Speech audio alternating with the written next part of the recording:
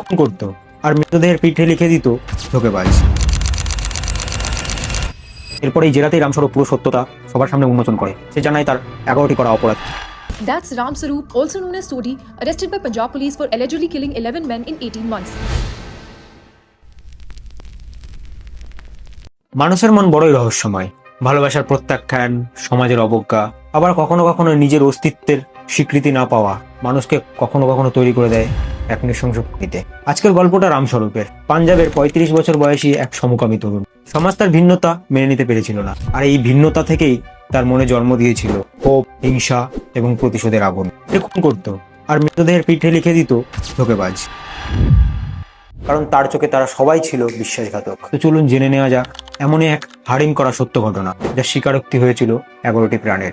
Welcome to the show, the case the killer of Ramswarup. সালটা ছিল 1991।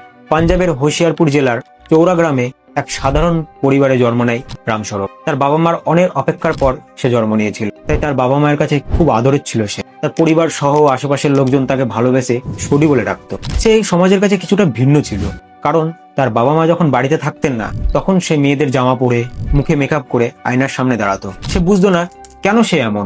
শৈশব থেকেই রামস্বরূপ তার সহকর্মী পরিচয়ের অনুভব করতে পেরেছিল, কিন্তু তার বাবা মা এটা মেনে নিতে পেরেছিল না। সে সমাজের কাছে শুধুই চেয়েছিল ভালোবাসা, কিন্তু সমাজ তাকে বিপরীতে শুধু ঘৃণায় ফিরিয়ে দিয়েছিল।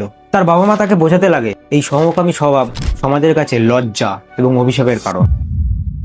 পড়াশোনায় খুব একটা ভালো ছিল না সে। বাড়ির পরিস্থিতি সামাল দিতে খুব অল্প বয়সেই সে দুবাই পাড়ি দিয়েছিল। 2005 নাগাদ, মাত্র 15 বছর বয়সে সে দুবাই পাড়ি দেয়। বাবা মা এতে সহমতি জানায়, কারণ তারা ভেবেছিল দেশের বাইরে থাকলে হয়তো সে কিছুটা পরিবর্তন হবে, কিন্তু হলো ঠিক তার উল্টো। বাবার শাসনের বাইরে সে নিজেকে একদমই পাল্টে ফেললো। এত কম বয়সে নেশা আসক্ত হয়ে পড়লো, মদ্যপান থেকে শুরু করে নানান ধরনের নেশা, এবং তার পাশাপাশি তার সহকর্মী স্বভাবের বিপুল চাহিদা দেখা দিল। আসলে ঠিকানা পাল্টালে কি মানুষের মনের হাহাকার পাল্টে যায়? এখন রামস্বরূপ পুরোটাই বদলানো, কিন্তু তার বাবা মা এগুলো পছন্দ করে না বলে তার বাবা মার কাছে সে কিছুটা সামাল দেওয়ার চেষ্টা করার জন্য চুপচাপই থাকতো। পাঞ্জাবে ফিরে এসে তার বাবার কষাকষিতে সে মাধ্যমিকে বসে, কিন্তু প্রথমবারে সে ফেল করে। দ্বিতীয়বার যখন বাবা জোর করে, তখন সে পাশ করে যায়। তারপর থেকে খুব একটা পড়াশোনা কন্টিনিউ করেছিল না সে। ছোটখাটো কাজ করত, পরিবার চালানোর জন্য দিনমজুরের কাজ করত, আর এই কাজ চলাকালীন সে নানান ধরনের পুরুষের সাথে মেলামেশা করত।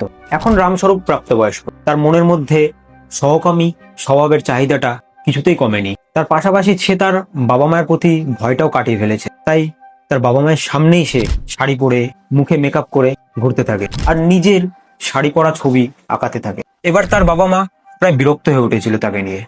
এক প্রকার রাগে বিরক্তে 2022 নাগাদ তার বাবা তাকে বাড়ি থেকে বার করে দেয়। এবার রামস্বরূপ একা, বাড়ি হারিয়ে তার কাছে রয়ে যায় শুধুই একটি নাম। আর এই বাড়ি থেকে বার করে দেওয়ার ভুলটাই হয়েছিল তার রক্তাক্ত প্রতিশোধের কারণ। সালটা ছিল 2023-এর মাঝ বরাবর। পাঞ্জাবের রাস্তাঘাটে, কখনো কখনো হাইওয়ের ধারে নানা ধরনের পুরুষের মৃতদেহ উদ্ধার হতে থাকে। কোনো ব্যক্তিদের পিঠের পেছনে লেখা রয়েছে লাল রঙে ধোঁকেবাজ। মৃতদের মধ্যে কেউ কেউ ছিল দিনমজুর, আবার কেউ কেউ ছিল ট্রাক ড্রাইভার, আবার কেউ কেউ ছিল হোটেলের কর্মচারী। তাদের সবাইকেই এককভাবে খুন করা হয়েছে। কখনো কখনো গলা টিপে বা কখনো কখনো ইট দিয়ে মাথা থেতলে দেওয়া হয়েছে তাদের। পাঞ্জাবের রাস্তায় রাস্তায় আতঙ্কের ছায়া পড়ে যায়। মানুষজন রাস্তাঘাটে বেরোতে ভয় পায়। পুলিশ প্রশাসন হতভম্বিত হয়ে পড়ে। তারা বুঝতে পারে না কে এই খুনগুলো করছে আর এই খুনের আসল কারণটা কি। কিন্তু এরই মাঝে এমন একটা ঘটনা ঘটে যায় যেটা পুরো খুনের আসল সত্যতার উন্মোচন করে দেয়। তো চলুন জেনে নেওয়া যাক পরবর্তী অধ্যায়ে। 18 আগস্ট 2024 পাঞ্জাবের রূপনগর জেলার কিরাটপুর এলাকার একটা টোল প্লাজাতে হঠাৎই কিছু ভিড় জমা হতে থাকে। দেখতে পাওয়া যায় ওখানকারই একটা চা বিক্রেতা মানিন্দর সিং এর মৃতদেহ। তাকে দেখে মনে হচ্ছিল না তাকে সাধারণভাবে খুন করা হয়েছে, কারণ তার পিঠে সেই লাল রঙের পরিচিত শব্দ ধোঁকেবাজ। আর তার পাশেই রয়েছে এক কমলা রঙের মাফলার, আর এই মাফলারটাই হয়ে উঠেছিল খুনির পর্দাফাশের আসল হাতিয়ার। রীতিমতো পুলিশ লাশটিকে উদ্ধার করে নিয়ে যায় এবং তার পাশাপাশি সেই মাফলারটিকেও নিয়ে যায়। তো চলুন জেনে নেওয়া যাক কিভাবে একটা সাধারণ মাফলার এই খুনের পর্দাফাশ ঘটিয়েছিল। প্রাথমিকভাবে পুলিশ তদন্তে নেমে যায়, মাফলারটির তদন্ত করতে থাকে এবং রাস্তাঘাটে সিসিটিভি ফুটেজ দেখে বুঝতে পারে কিছুদিন আগে রামস্বরূপ এই মাফলারটি পরে একজনের বাইকে করে যাচ্ছিল। ঠিক এই ছোট প্রমাণেই পুলিশ 23 আগস্ট রামস্বরূপকে গ্রেপ্তার করে এবং তাকে জেরা করতে থাকে। ফরেনসিক থেকে পাওয়া ডিএনএ রামস্বরূপের ডিএনএ থেকে ম্যাচ করে যায়। এবার পুলিশের কাছে যথেষ্ট প্রমাণ ছিল রামস্বরূপকে গ্রেপ্তার করার। তাকে জেরা করা হয়। এরপর এই জেরাতেই রামস্বরূপ পুরো সত্যতা সবার সামনে উন্মোচন করে। সে জানায় তার 11টি করা অপরাধ। এরপর আস্তে আস্তে পুলিশি জেরাই রামস্বরূপ খুন করার পদ্ধতি বলতে থাকে। আর এই পদ্ধতিগুলো শুনলে হয়তো সাধারণ মানুষের গা শিউরে উঠবে। রামস্বরূপ পুলিশকে জানায় বাড়ি থেকে বার হওয়ার 2 বছর সে প্রায় কর্মহীন ছিল। শেষ পর্যন্ত সে ছদ্মবেশী নারীর রূপ নিয়ে দেহ ব্যবসার কাজ বেছে নিয়েছিল। রাতের রাস্তায় চলাফেরা করা পুরুষদের সে টার্গেট নিত। প্রথমে তাদের লিফট চাওয়ার বাহানায় গাড়িতে উঠত। তার সাজ এতটাই নিখুঁত ছিল যে প্রথম দেখাতে কেউ তার ছদ্মবেশ ধরতে পারতো না। আর এই সুযোগ নিয়েই প্রথমে তাদের সাথে শারীরিক সম্পর্ক করার চেষ্টা করত। কিন্তু কিছুক্ষণ যাওয়ার পর যখন তারা আসল সত্যতার সম্মুখীন হতো তখন তারা রামস্বরূপকে গাড়ি থেকে ঘাড় ধাক্কা দিয়ে বার করে দিত। রামস্বরূপ তাদের কাছ থেকে টাকা চাইতে গেলে তারা তাকে অকাত্য ভাষায় গালাগাল এবং হিজড়া বলে অপমান করত। আর ঠিক তখনই রামস্বরূপ হয়ে উঠত হিংস্র। রাগের বশে পাশে থাকা ওড়না আর মাফলারের সাহায্যে তাদের গলায় ফাঁস দিত। এরপর মৃত্যু নিশ্চিত করতে রাস্তার পাশে পড়ে থাকা ইট বা পাথর দিয়ে তাদের মাথায় আঘাত করত। আর মৃতদের পিঠে লিখে দিত লাল রঙে ধোঁকেবাজ। রামস্বরূপ প্রতিশোধের আগুনে এমনটা করলেও তৎক্ষণাৎ সে তার ভুলটা বুঝতে পারত। ভুলটা তার বিবেককে নাড়া দিয়ে উঠত।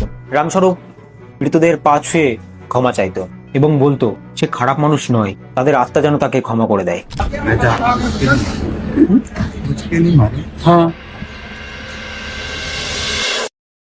এই ধরনের বিকৃতি স্টেটমেন্ট শুনেই বোঝা যায় সে মানসিক দিক থেকে বিকৃতি রয়েছে। আদালতে বিষয়টা নিয়ে রায় চলছে। এখন রামস্বরূপ জেলে, তাকে যাবজ্জীবন কারাদণ্ডে দণ্ডিত করা হয়েছে।